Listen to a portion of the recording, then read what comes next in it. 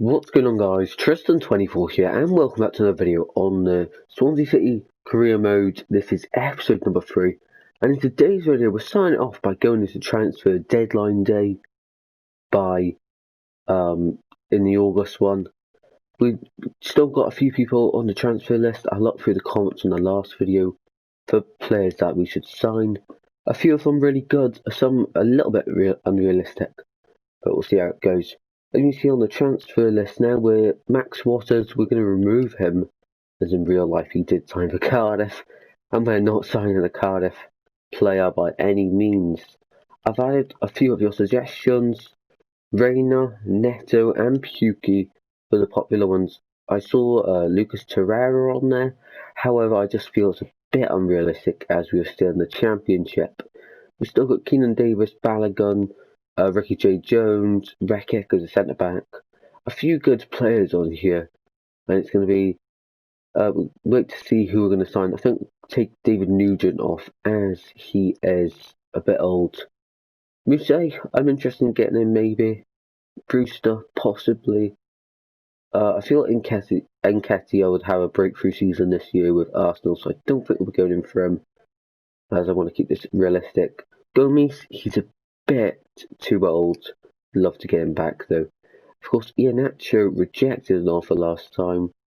Benteke, he's 29, he's really strong, but he is injury prone. So really it comes down to one of these. Pukki I'm really interested in getting though. So you can see we've got an offer for Ben Cabango, which we are going to reject. 2.7 million, but he's someone I would like to keep at the club.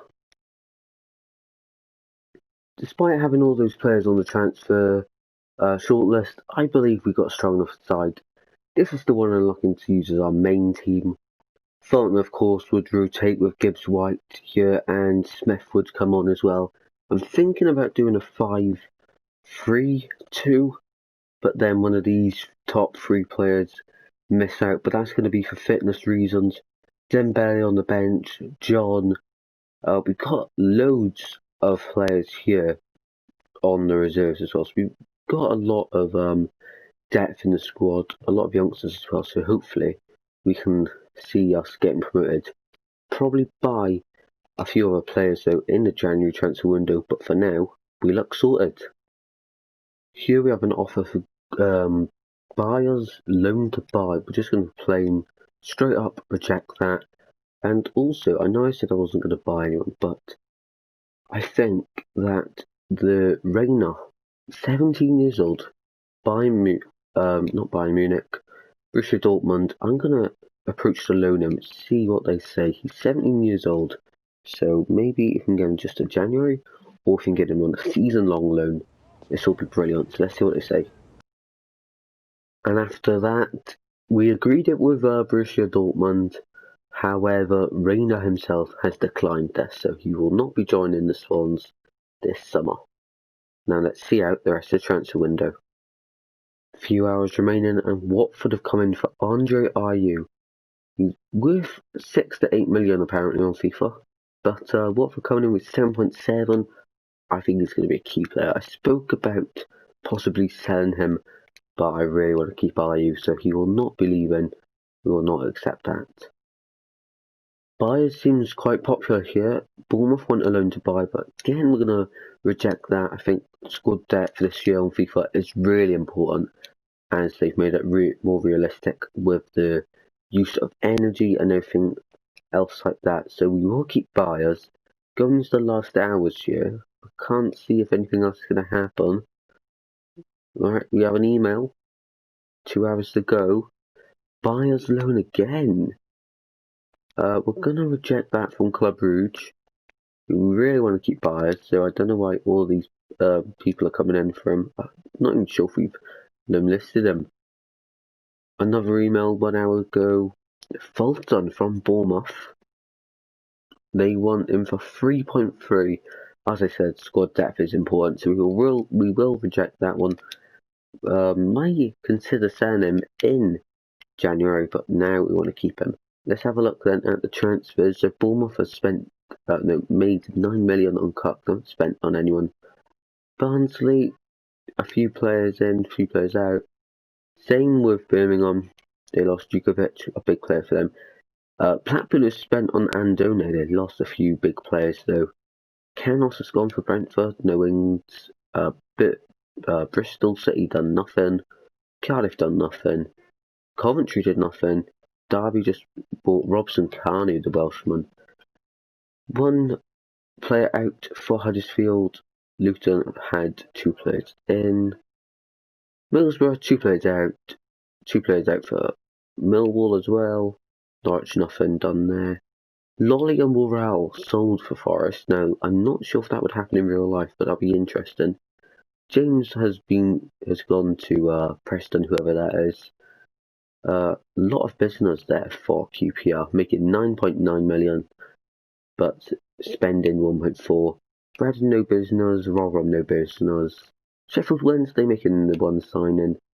Same as Stoke, Swansea, we've done a bit of business. Not a lot. Watford have just sold a few players. Still nothing there, and that is a transfer window complete. Here we have been offered the Wales national offer. Should we accept it or should we not? I'm quite tempted to accept it, you know. But for now I'll reject it. If we get one near the summer, I think I'll accept it just for the fun of the World Cup.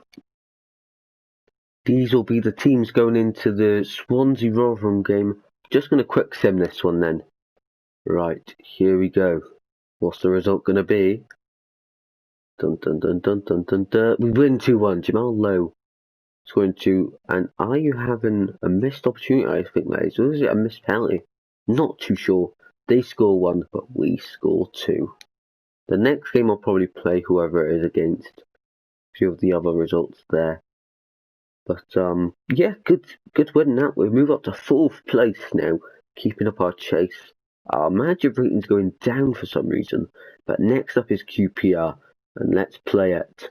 Because after that, we will have let's reject this for buyers. After that, then we will have the following games in. Let me just go to calendar. We will have Middlesbrough, Birmingham, and Bournemouth. So maybe do the match sim for Birmingham. Probably play Middlesbrough and Bournemouth as well as QPR. So let's do that then. I'll show you the highlights for QPR. It took 4 minutes for us to take the lead with Jamal Lowe, of course. Early goal there by Jamal Lowe. And 8 minutes in again we scored. Jamal Lowe again. And the floodlights at this point really did open against QPR. I thought we were going to get a lot. Oshie Samuel, though, got another after a big challenge at the other end by Derek Williams, which he hasn't showed. But of course, Bright Oshie Samuel scoring now against his former team. There's also Ryan Manning's and Jake Biddle's former team, both the left backs. And we couldn't keep this out, unfortunately. I thought it was a brilliant performance altogether until this happened. Really unfortunate to concede there. Woodman had a lot to do second half after ball in first half for him. A save there. Really close by Lyndon Dykes to making it 3-2. Hitting the bar though. And that's all that really happened. So we get the job done, but it wasn't a really good convincing defensively, but good performance second half. Defensively, we looked a bit shaky, but that's okay. We're now up to 2nd in the league. Brilliant, that is. 8 games played, 18 points. And now let's have a look at our emails. That's just the Youth Academy. So I think we're doing really well at the moment. After a poor episode, it has to be said, from last time. Next game then we'll go against Middlesbrough, and I'll show you the teams that we're going to pick for that game next. Here we are then against Middlesbrough. We got a pretty strong lineup. I think I might make a change in a second, but that Middlesbrough team looks quite strong. Assombalonga and Akpom, they're really good front two. They've gone 5 at the back as well, matching us. They got 3 in midfield. I know Morsey, I think he's the guy from Wigan. and I know that the other two have been with Middlesbrough now for the last few seasons, I believe. The back five, I'm familiar with a few of them. I'm not familiar with their goalkeeper. But let's just change our team then. I'm going to give Corey Smith a chance ahead of Gibbs White in midfield. I think that's a needed switch. I'll give Kabanga a game at the back for Williams. And I think that'll be it, you know. I think I'm going to bring on Byes to the bench. And the rest of it I'm happy with. I'm happy to see this. So let's get into the game against Middlesbrough. I'll show you the highlights next. It wasn't a good start, so we were 1-0 down 5 minutes in thanks to Akpom. Really unexpected shot. Nothing Woodman could do there. As you can see here, brilliant goal by Middlesbrough though. Just gets his foot there. And brilliant finish. But that didn't last long. But Middlesbrough kept knocking at the door. Saved by Woodman there. 17 minutes in, Jamal Lowe. Good ball through. And there he was to finish up to make it 1-1. Isaac Samuel then got on the score sheet. A lovely bit of work on the left, coming inside. And a goal. 45 minutes in then, and it was Jamal Lowe to get the goal. Near post, smashed it in to make it 3-1. 50th minute though, when it was Bright, I say, no, it was Bright, Asomba Longa to make it 3-2 to say game back on. Ayew nearly made it 4-2. Header just wide. Sam Morsey also trying to get the equaliser, but it was a wild shot. 62 minutes in then, and this wrapped it up. Jamal Lowe running through with the finish. 69 minutes in, Middlesbrough really just trying to get back in the game now. Woodman denied them time and time again. And that was the game. Pretty entertaining 6-goal thriller, which Swansea come out on top. So I didn't actually realise, but Birmingham are actually third, and on FIFA 21, they always do well, so I wouldn't be surprised if we see them up in the playoff spots. But then like 2 days after, we have a game against Bournemouth, so we're going to have to switch the teams up for that, but hopefully still have a strong team. They are the stand-in so far. Blackburn struggling, but the top 6 is quite tight. Only separated by 3 points. Let's see if we can get the win against Birmingham. Next game against Birmingham, we've made 6 changes. It's quite a lot, but we're going to give a game to Cullen, Norton, who hasn't played, Smith and Byers need to play as well. So you could argue it's a bit defensive. We changed the formation up a little, but hopefully we can just plug the gap at the back and still get the win. So hopefully we can do that. Let's find out the result. It was a very boring game against Birmingham. They had more chances than us and too many changes, to be honest. That was their chance early on. We had to go at Etheridge, but he did save it. And then just before half time, they go and score. It's a very good goal, but very lucky at the same time. So, very unfortunate there. I think we made too many changes for that game. In the Derby Forest game, Forest did win 2-1, if you just see that on screen. But we lost, so it's not the end of the world, it's just really annoying. And Birmingham go top with the win.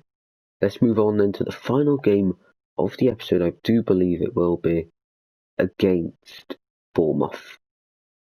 These are the lineups the both teams will go for. 5-2-3 for both of them, so it's going to be a battle of the best tactics. Let's see who comes up on top on the final game of today's episode.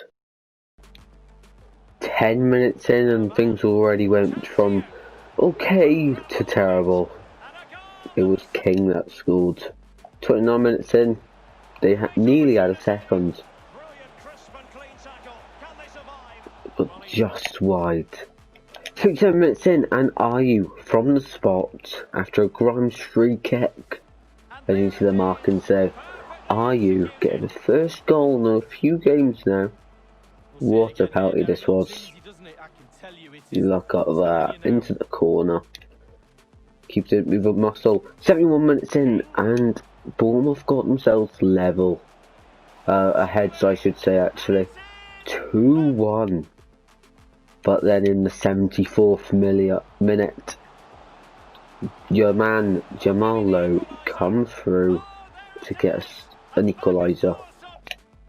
Insane. We basically got dominated. If I can show the stats, yeah.